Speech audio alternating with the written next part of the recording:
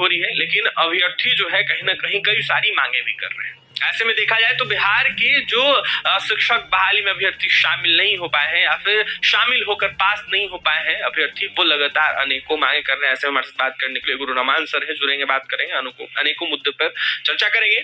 Sir, लगातार जो शिक्षक अभ्यर्थी हैं, सबसे ज्यादा जो शिक्षक अभ्यर्थी हैं वो सप्लीमेंट्री रिजल्ट का मांग कर रहे हैं। ट्री 2 में भी सप्लीमेंट्री रिजल्ट नहीं दिया गया कह सकते हैं। ट्री 3 में सीधा जिस तरीके से विज्ञापन निकला उसमें यह साफ कह दिया गया कि सप्लीमेंट्री रिजल्ट देने का कोई प्रावधान नहीं है। इसमें कैसे देखिए? नहीं, सप्लीमेंट्री रिजल्ट देने का प्रावधान नहीं था तो पार्ट जो 1 था 2 था बीपीएससी 1.0 2.0 में आपने क्यों दिया?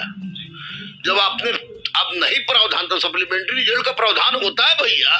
यूपीएससी में कभी कभी जब सीट फुल नहीं होता तो यूपीएससी अपना रिजल्ट देती है। तो ऐसी परिस्थिति में स्टूडेंट के द्वारा अगर सप्लीमेंट्री रिजल्ट की मांगी जा रही है और 1 नंबर से 2 नंबर से बहुत सारे बच्चे फेल कर गए हैं, सीट बाकी है, सीट खाली है, तो सप्लीमेंट्री रिजल्ट तो निश्चित रूप से देना चाहिए। फिर मैं इसकी चर्चा करूंगा और मैंने चर्चा की भी है माननीय सम्राट चौधरी से। फिर इसकी मैं चर्चा करूंगा और अहिंसात्मक रूप से छात्रों के साथ मैं था, हूं और रहूंगा। छात्र के साथ फिर अगर ज्यादा हुआ तो फिर मैं जाऊंगा।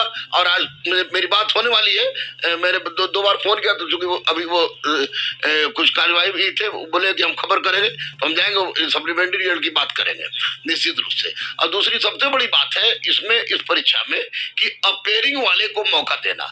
स्टेट अपेयरिंग वाले को अगर मौका आप नहीं देते हैं तो निश्चित रूप से स्टेट अपेयरिंग वाले बच्चों के जीवन के साथ बहुत बड़ा खिलवाड़ है। बीएड 2, 4, 5 रुपए में करने की चीज नहीं है। बीएड करने के लिए बच्चे खेत गिरवी रखते हैं, माँ का जेवर गिरवी रखते हैं, कर्ज लेते हैं, सूद पर पैसा लेते हैं और करके बीएड वो करते हैं। तो अपेयरिंग में आपको किसी भी परिस्थिति में अपेयरिंग वाले को रिजल्ट देना ही, आपको मौका देना ही चाहिए। और तीसरी सबसे महत्वपूर्ण बात कि एक पद एक व्यक्ति वाली अवधारणा को सामने लानी चाहिए। यानी मैं स्पष्ट रूप से माननीय मुख्यमंत्री से और तमाम सत्ता पर बैठे हुए लोगों से और माननीय के पाठक सर से स्पष्ट रूप से कहूंगा कि हुजूर, माई बाप बेचारे इन बच्चों की जिंदगी के साथ कल्याण कर दीजिए, सप्लीमेंट्री रिजल्ट दे दीजिए। आपको जो स्टेट अफेयरिंग है उनको आप परीक्षा देने, फॉर्म भरने का मौका दीजिए। और साथ ही साथ एक व्यक्ति एक पद होना चाहिए ताकि बच्चों के साथ कल्याण हो सके। पर आते हैं हम लोग। ऐसे में अटेम्प्ट को लेकर जिस तरीके से खबरें आ रही, इसको देखते हुए 3 बार से ज्यादा परीक्षा नहीं देना है, इसको लेकर भी अभ्यर्थी लगातार सवाल उठा रहे हैं। गलत है, ये गलत है। देखिए, सीटेट हो, स्टेट हो, उसी तरह है जैसे कि लेक्चरर्स की बहाली होती है जिसमें नेट JRF CSIR होता है। तो नेट एक बार पास करने के बाद व्यक्ति जब तक मर नहीं जाता है, जब तक एज खत्म नहीं होता है, तब तक वो परीक्षा देते रहता है। तो फिर स्टेट और सीटेट पास करने के बाद 3 तरह का अटेम्प्ट क्यों? ये क्या मजाक है?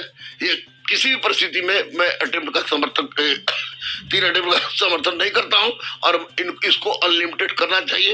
यही छात्र हित में, बच्चों के हित में और बेरोजगारी दूर करने के हित में बहुत बड़ा कदम है। डोमिसाइल नीति को लेकर प्रावधान कुछ लाना चाहिए इस बहाली में, जो 3rd फेज की बहाली। देखिए, डोमिसाइल नीति, एक डोमिसाइल, भारत एक अखंड देश है, लेकिन मैं सिर्फ इतना ध्यान दिलाऊंगा माननीय मुख्यमंत्री सर का कि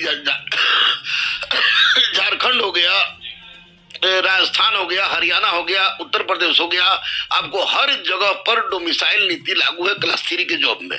तो वैसी परिस्थिति में अगर बिहार में भी लागू हो जाए तो कोई दिक्कत नहीं है, लागू हो जाए तो कोई दिक्कत नहीं है। लेकिन सबसे पहले जरूरी है कि ये सप्लीमेंट्री रिजल्ट देना, 1 पोस्ट 1 व्यक्ति, और तीसरा स्टेट अपेयरिंग वाले को मौका देना।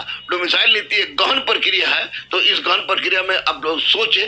लेकिन मैं डोमिसाइल नीति का समर्थन करता हूं क्योंकि बिहार के बच्चों को नौकरी मिलेगी, तभी बिहार का कल्याण होगा। क्योंकि हर जगह हम लोग गाली खाते हैं, तो अब कम से कम गाली से बचना चाहिए। तो ऐसी परिस्थिति में जब सब जगह है तो बिहार में भी लागू हो जाना चाहिए। आज मुख्यमंत्री सम्राट चौधरी से भी आपकी मुलाकात होनी है, क्या यह तमाम विसंगतियां, तमाम अभ्यर्थियों की मांग जो है वो रखेंगे आप? हाँ बिल्कुल, ये सारा मैंने रख दिया है। माननीय सम्राट चौधरी के पास रख दिया है, माननीय सुशील मोदी के पास रख दिया है, माननीय विजय सिन्हा के पास रख दिया है मैंने ये बातें। तो आज फिर से मैं माननीय सम्राट चौधरी के पास ये बात सामने रखूंगा और कहूँगा कि भैया किसी तरह इन बच्चों का कल्याण कीजिए। और आपने कल्याण करने का वादा किया है तो निश्चित रूप से आप ऐसा कर सकते हैं, क्योंकि आप जो कहते हैं वो करते हैं। कल्याण बयान करने की जरूरत है। आप जो कहते हैं वो करते हैं। ऐसे में अभ्यर्थियों के हित में काम किया जाए नीतीश सरकार के द्वारा, एनडीए सरकार के द्वारा। गुरुरहमान सर थे, क्या कुछ कहते सप्लीमेंट्री रिजल्ट को लेकर, एज रिलैक्सेशन को लेकर। तो वहीं जिस तरीके से डोमिसाइल नीति की बात है इसको लेकर आपने सुना है। तो दोस्तों आपने स्पष्ट रूप से सुना कि जो हमारे गुरु रहमान जी हैं उन्होंने क्या कुछ बातें कही यहाँ पे सप्लीमेंट्री रिजल्ट को लेकर। स्पष्ट रूप से ये बात कही है कि सरकार को सप्लीमेंट्री रिजल्ट तो देना ही होगा। अन्य परीक्षाओं में भी ये प्रावधान होता है कि भाई शिक्षक अभ्यर्थियों को जो है वो सप्लीमेंट्री रिजल्ट दिया जाए। अगर एक मेरिट लिस्ट बन जाती है, उसके बाद अगर ऐसा लगता है कि 1 या 2 नंबर शिक्षक अभ्यर्थी रह गए हैं और सीटें वैकांट है, तो कहीं ना कहीं सप्लीमेंट्री रिजल्ट का प्रावधान जो है वो रहता है। ऐसे में एक बात तो क्लियर हो गई है कि भाई सप्लीमेंट्री रिजल्ट जो है वो जारी होने के पूरे उम्मीद और आसार है और विभाग को जारी भी करना चाहिए, क्योंकि अतुल सर ने पहले ही ट्वीट करके जानकारी दी थी सप्लीमेंट्री रिजल्ट जारी होगा। और ऐसे में अब पटना हाई कोर्ट में भी कई सारी याचिकाएं दायर कर दी गई हैं और इन याचिकाओं के माध्यम से भी आप सभी को मैं बता दूं कि जीत जो है वो बड़ी मिलने वाली है। तो 14,000 सीटों के लिए कहा गया था कि सप्लीमेंट्री रिजल्ट जारी होगा, तो पूरे उम्मीद और आसार लगाए जा रहे हैं कि जो सप्लीमेंट्री रिजल्ट है वो जारी हो सकता है। तो दोस्तों आप सभी लोग धैर्य बना के रखिए। अब आगे क्या कुछ होता है ये तो आने वाला समय ही बताएगा। लेकिन फिलहाल जिस प्रकार से आज कैबिनेट की बैठक भी है, तो कैबिनेट की बैठक में भी कुछ त्वरित फैसले जो है वो लिए जा सकते हैं।